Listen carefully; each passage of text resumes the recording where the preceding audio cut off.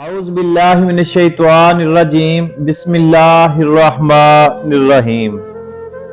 اللہ تبارک و تعالیٰ کے پاک نام سے شروع کرتا ہوں جو نہایت مہربان اور رحم کرنے والا ہے۔ قرآن کریم کی ابتدا بسم اللہ سے اس لیے کی گئی کہ بندے اپنے اللہ کی پیروی کرتے ہوئے ہر نیک اور اچھے کام سے پہلے بسم اللہ پڑھا کریں، اور حدیث پاک میں بھی ہر نیک اور اچھے کام سے پہلے بسم اللہ الرحمن الرحیم پڑھنے کی ترغیب دی گئی ہے۔ حضرت ابو ہریرہ رضی اللہ عنہ سے روایت ہے کہ نبی کریم صلی اللہ علیہ وآلہ وسلم نے فرمایا کہ جس کام سے پہلے بسم اللہ الرحمن الرحیم نہ پڑھا گیا وہ ادھورا رہ جاتا ہے۔ لہٰذا ہر مسلمان کو چاہیے کہ ہر نیک اور اچھے کام سے پہلے بسم اللہ ضرور پڑھ لیا کریں۔ اس کی جہاں بہت زیادہ فیوز و برکات ہیں، وہاں پر ہر وہ کام جس سے پہلے بسم اللہ پڑھ لی جائے اس کام میں اللہ کی طرف سے فائدہ ہو جاتا ہے، منافع ہو جاتا ہے اور اس میں برکت ہو جاتی ہے۔ قرآن کریم کی تلاوت کرنے سے پہلے بسم اللہ الرحمن الرحیم پڑھنا بہت اچھا نیک اور اجر و ثواب کا عمل ہے، سوائے سورۃ توبہ پڑھنے کے۔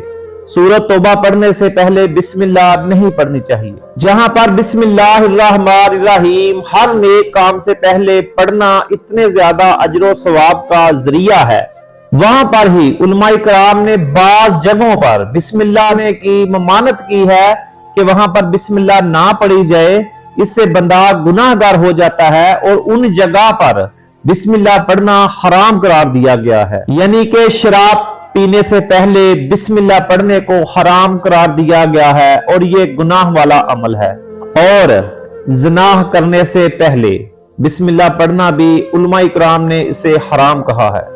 چوری کرنے سے پہلے بھی بسم اللہ پڑھنا اور جوا کھیلتے وقت بھی بسم اللہ پڑھنا حرام قرار دیا گیا ہے۔ باتھ روم میں جب آپ جائیں نہاتے وقت بھی بسم اللہ پڑھنی نہیں چاہیے، اور جب آپ سود والا کو منافع بخش ایسا کام کرتے ہیں جس میں سود آ جاتا ہے تو وہ بھی حرام ہے، وہاں پر بھی بسم اللہ الرحمن الرحیم نہیں پڑھنی چاہیے۔ یعنی کہ بسم اللہ الرحمن الرحیم یہ تو ہر نیک اور اچھے کام سے پہلے پڑھنی چاہیے نا، کہ میں شروع کرتا ہوں اللہ کے نام سے جو نہایت مہربان اور رحم کرنے والا ہے۔